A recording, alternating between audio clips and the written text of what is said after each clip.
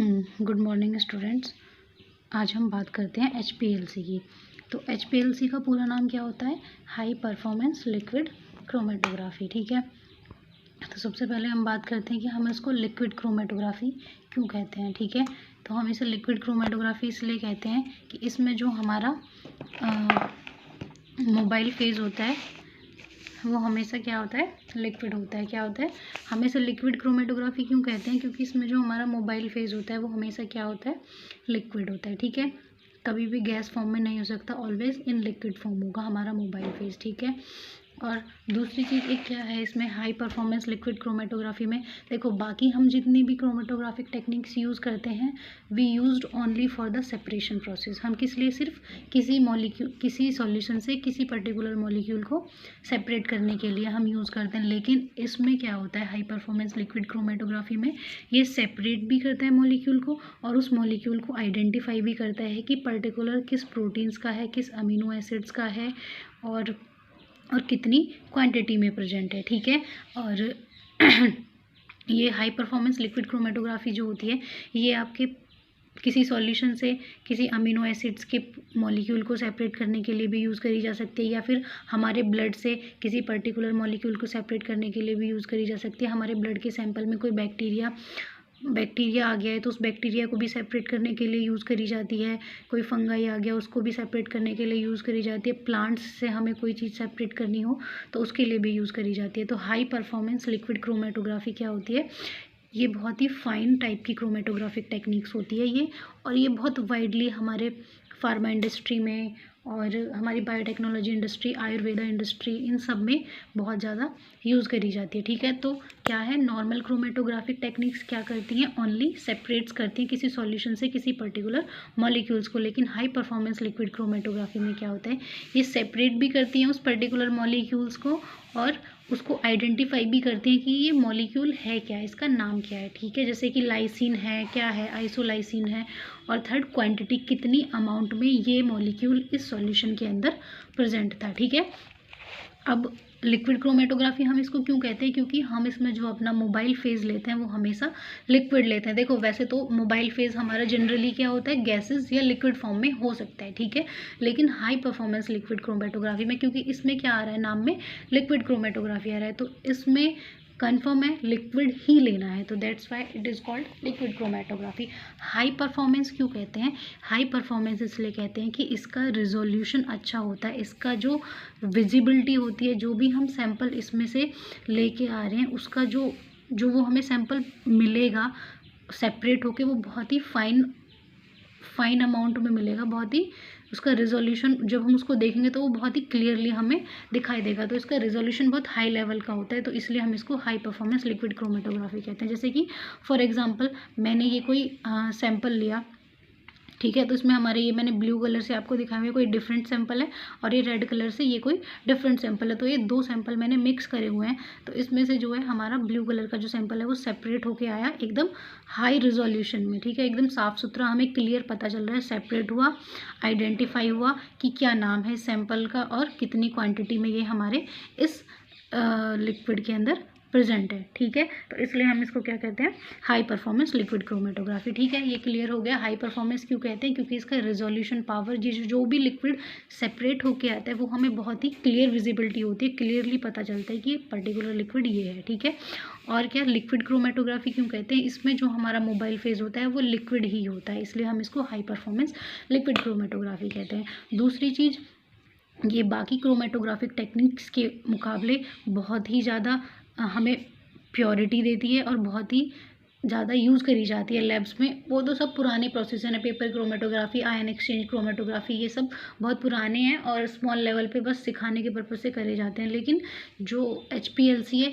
ये ही बेसिकली आज के टाइम में यूज़ करी जाती है मॉलिक्यूल्स को किसी भी सॉल्यूशन से सेपरेट करने के लिए इंडस्ट्रियल लेवल पे। ठीक है, हमारी फार्मा इंडस्ट्री में, फूड इंडस्ट्री में, बायोटेक्नोलॉजी इंडस्ट्री में, इन सब में। ठीक है, तो ये कैसे कारागार है? सेपरेट करती है एक तो, और पर्टिकुलरली हमें बताती है कि कौन सा पर्टिकुलर सैंपल है और हमें कितनी क्वांटिटी में ये सैंपल इस सॉल्यूशन के अंदर प्रेजेंट था। ठीक है, अब जो है ये जो सेपरेशन जो होता है हमारा लिक्विड से किसी भी पर्टिकुलर मॉलिक्यूल का जो सेपरेशन होता है वो किसके बेसिस पे होता है, हमारी पोलैरिटी के बेसिस पे होता है। पोलैरिटी क्या होती है हमारी, दो तरीके के लिक्विड होते हैं, नॉन पोलर और पोलर। तो पोलैरिटी क्या होती है, टेंडेंसी ऑफ लिक्विड लाइक और डिसलाइक ऑफ वाटर। मतलब पोलैरिटी क्या होती है कि जो हमारा लिक्विड है, जो हमारा मोबाइल फेज़ है, वो वाटर लविंग है या वाटर नॉन लविंग है, ठीक है। मतलब हाइड्रोफिलिक है या हाइड्रोफोबिक है, समझ में आया। मतलब लिक्विड क्रोमेटोग्राफी में क्या होता है, जो सेपरेशन होता है, जो हमारा मोबाइल फेज़ होता है, वो कैसा होता है,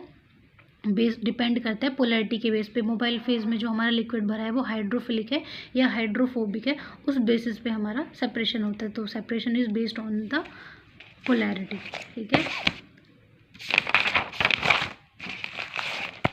अब नेक्स्ट हम बात करते हैं इसमें अपने स्टेशनरी फेज़ की। तो स्टेशनरी फेज़ जो होता है इसमें हमारा क्या होता है, इसमें एक स्टेनलेस स्टील का एक ये इस तरीके का हमारा कंटेनर होता है, स्टेनलेस स्टील का, ये सिलेंड्रिकल फॉर्म में होता है, ठीक है। तो ये स्टेनलेस स्टील का बना होता है, ये छोटा होता है साइज़ में, और इसमें क्या होता है, जो हमारा सॉलिड एड्सॉर्बेंट मटेरियल भरा हुआ होता है। तो सॉलिड एड्सॉर्बेंट मटेरियल जो हम इसमें लेते हैं वो अच्छे तरीके से इसमें पैक्ड हुआ होता है, खूब ठूस ठूस के भरा हुआ होता है। तो वो हम इसमें क्या लेते हैं, सिलिका लेते हैं।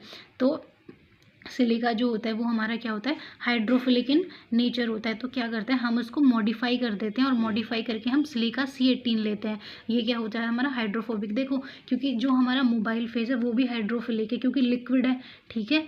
तो हमें क्या है, जो हमें अपना स्टेशनरी फेज़ लेना है वो क्या लेना है, हाइड्रोफोबिक लेना है, जो कि हाइड्रोफोबिक हो नेचर में। तो सिलिका लेते हैं हम इसमें, सिलिका है लेकिन मॉडिफाइड सिलिका लेते हैं, क्योंकि मॉडिफाइड सिलिका जो होता है वो क्या होता है, उसमें सिलिका के साथ C18 कार्बन का मॉलिक्यूल अटैच कर देते हैं। तो ये नेचर में कैसा हो जाता है, हाइड्रोफोबिक हो जाता है, मतलब नॉन लविंग ऑफ वाटर। इसमें वाटर बहुत ही कम अमाउंट में प्रेजेंट होता है या होता ही नहीं है, ठीक है, सिलिका C18 में।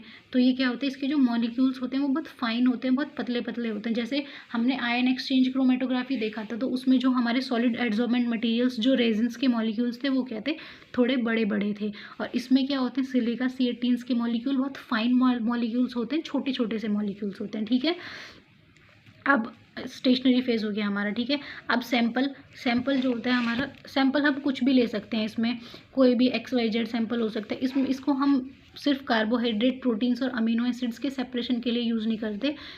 और उसके अलावा हम अपने कोई ब्लड में से कोई हमारे ब्लड में कोई एंटीजन आ गया, उसको सेपरेट करना हो, या फिर कोई बैक्टीरिया या टॉक्सिन्स ब्लड में प्रेजेंट हो, उनको सेपरेट करना हो, तो इस सब के लिए हम HPLC टेक्निक्स यूज़ करते हैं, ठीक है। ब्लड सैंपल से सेपरेट करने के लिए, प्लांट से कोई चीज़ सेपरेट करनी हो, उस सब के लिए हम इसको यूज़ करते हैं HPLC को। तो सैंपल हमारा कुछ भी हो सकता है, blood sample, bacteria toxins, fungi toxins, या फिर प्लांट्स का कोई भी पार्ट, और प्रोटीन, कार्बोहाइड्रेट, अमीनो एसिड्स, ये भी हो सकते हैं, ठीक है। तो ये यहाँ पे हमने सैंपल लिया। अब हम बात करते हैं अपने मोबाइल फेज़ की। तो देखो, मोबाइल फेज़ जो होता है इसमें क्या होता है, हमारा लिक्विड होता है, ठीक है, ये चीज़ सबको पता है। तो इसमें क्या होता है कि वाटर होता है उसमें 90% और ऑर्गेनिक सॉल्वेंट क्या होता है इसमें 10%। तो इसका पूरा का पूरा नेचर कैसा हो गया, हाइड्रोफिलिक हो गया, क्योंकि इसमें सबसे ज़्यादा क्या है, वाटर है, वाटर 90% है, ठीक है। तो अब देखो होता कैसे है, हमने यहाँ पे अपना क्या कहते हैं, सैंपल डाला। सबसे पहले जब भी हम लैब में कोई भी क्रोमेटोग्राफी टेक्निक करते हैं, तो हम पहले सैंपल डालने से पहले अपना जो हमारा ये होता है स्टेशनरी फेज होता है, इसके ऊपर हम सीधा अपना जो हमारा ये है बफर सॉल्यूशन, इसको रन कराते हैं, ठीक है। तो जब हम बफर सॉल्यूशन डालते हैं इल्यूट कराने के लिए, उसको जैसे स्टार्ट करने के लिए, अभी हम सैंपल नहीं डाल रहे, सिर्फ ऐसे बफर सॉल्यूशन को रन करा रहे हैं।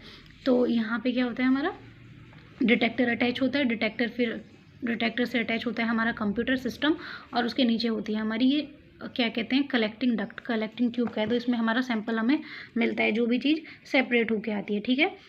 तो जब हम इसके ऊपर ऐसे ही बफर रन कराते हैं, तो क्या होता है कि जो सिस्टम पे कुछ इल्यूट थोड़ी हुआ, सिर्फ हमने अपने इसको चलाने के लिए, कॉलम को रन करवाने के लिए ऐसे ही बफर सॉल्यूशन को इसके ऊपर डाल दिया, स्टेशनरी फेज के ऊपर, और फिर उसने क्या है, सिस्टम पे जाके एक ये सीधी लाइन देता है सिस्टम पे वो, ठीक है। तो इस लाइन को हम क्या कहते हैं, बेस लाइन कहते हैं, ठीक है। अब नेक्स्ट हम बात करते हैं, अब जब हम यहाँ पे हमने अपना सैंपल लिया और यहाँ पे हमने क्या, मोबाइल फेज। तो सैंपल हमारा कुछ भी हो सकता है नेचर में, हाइड्रोफिलिक भी हो सकता है, हाइड्रोफोबिक भी हो सकता है, ठीक है। तो क्या होगा कि जब हमने सैंपल को मोबाइल फेज के साथ पंप की हेल्प से स्टेशनरी फेज के ऊपर डाला, तो क्या होगा कि हमारा सैंपल है हाइड्रोफिलिक, और हमारा जो ये है जो स्टेशनरी फेज है सिलिका क्या है, इसमें सिलिका C18 क्या है, हाइड्रोफोबिक इन नेचर है। तो क्या होगा कि जो इसका हाइड्रोफोबिक कंटेंट होगा, जो इस सैंपल में हाइड्रोफोबिक मॉलिक्यूल्स होंगे वो क्या होंगे, वो हमारे इसके साथ ही मैंने रेड रेड कलर से जो दिखाया है, जो इसमें जो हमारा सिलिका C18 है उसके साथ बॉन्ड फॉर्म कर लेंगे। क्या कर लेंगे, बॉन्ड फॉर्म कर लेंगे, और जो हाइड्रोफिलिक कंटेंट है सैंपल का वो इसके साथ ऐसे यहाँ से बाहर निकल जाएगा और इसमें जाके इकट्ठा हो जाएगा कलेक्टिंग डक्ट में। तो हमें एक मॉलिक्यूल तो हमारा सेपरेट हो गया जो कि हाइड्रोफिलिक इन नेचर है। क्यों जो हाइड्रोफिलिक इन नेचर है वो क्यों सेपरेट हो गया, क्योंकि जो हमने अपना सैंपल स्टेशनरी फेज में फिल किया हुआ है वो क्या है, हमारा हाइड्रोफोबिक है। तो जो हमारे सैंपल में हाइड्रोफोबिक मॉलिक्यूल्स प्रेजेंट है वो हाइड्रोफोबिक के साथ मिलकर एक स्ट्रॉन्ग बॉन्ड फॉर्म कर लेंगे, और जो हाइड्रोफिलिक कंटेंट है वो बाहर यहाँ पे हमारा कलेक्टिंग डक्ट में आ जाएगा, और इस तरीके से और जो सिस्टम पे एक पीक लाइन ऐसे बना देगा। ठीक है, तो हाइड्रोफिलिक सब्सटेंस का सेपरेशन हो गया। अब क्या बचता है, हमारा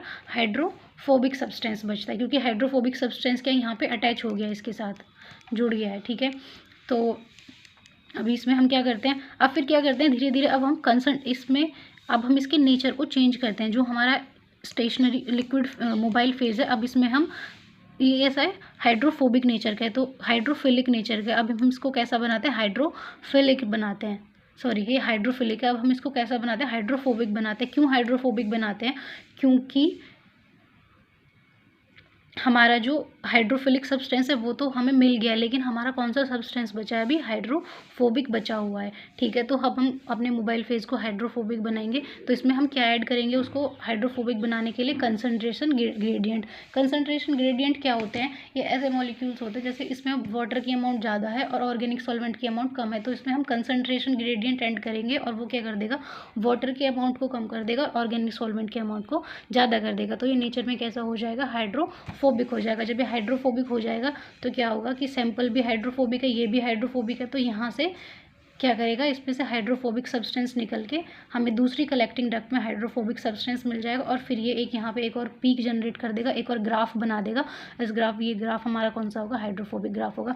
तो इस ग्राफ के एरिया को हम कैलकुलेट कर लेंगे। ठीक है, ये जो एरिया है इसको कैलकुलेट करके हमें पता चल जाएगी कंसंट्रेशन, कितनी कंसंट्रेशन में हमारा हाइड्रोफिलिक सब्सटेंस प्रेजेंट था और कितनी कंसंट्रेशन में हमारा हाइड्रोफोबिक सब्सटेंस प्रेजेंट था। एक चीज़ और जो हमें इसमें पता करनी है वो ये है कि जो हमारी नॉर्मल क्रोमेटोग्राफिक टेक्निक्स होती हैं उसमें जो हमारा सैंपल रन करता है वो ग्रेविटेशनल फोर्स की वजह से रन करता है, और इसमें क्या होता है, इसमें हमें हाई प्रेशर अप्लाई करना पड़ता है, इसलिए हम इसको हाई प्रेशर लिक्विड क्रोमेटोग्राफी भी कहते हैं। और हाई प्रेशर हमें क्यों अप्लाई करना पड़ता है, क्योंकि जो सिलिका C18 के जो मॉलिक्यूल्स होते हैं वो बहुत फाइन पार्टिकल्स होते हैं, बहुत ही बारीक पार्टिकल्स होते हैं, तो उनको रन कराने के लिए हमें हाई प्रेशर भी अप्लाई करना पड़ता है। और दूसरा, इसको हम रिवर्स फेज क्रोमेटोग्राफी भी कहते हैं। देखो, जो हमारी बाकी क्रोमेटोग्राफिक टेक्निक्स होती है उसमें जो स्टेशनरी फेज है वो स्टेशनरी फेज रहेगा, जो मोबाइल फेज है वो मोबाइल फेज रहेगा, लेकिन हमने इसमें क्या करा है, अपने हाइड्रोफिलिक सब्सटेंस को सेपरेट करने के बाद अपने हाइड्रोफोबिक सब्सटेंस को सेपरेट करने के लिए हमने अपने मोबाइल फेज में क्या करे, कुछ चेंजेस करे। क्या करा, उसमें वाटर के अमाउंट को कम करा और ऑर्गेनिक सॉल्वेंट्स के अमाउंट को ज़्यादा करा, तो रिवर्स भी करा, इस डायरेक्शन में भी हुआ और इस डायरेक्शन में भी हुआ, तो इसलिए हम इसको रिवर्स फेज क्रोमेटोग्राफी टेक्निक्स भी कहते हैं। तो this is all about HPLC। Hope आपको क्लियर हो गया होगा।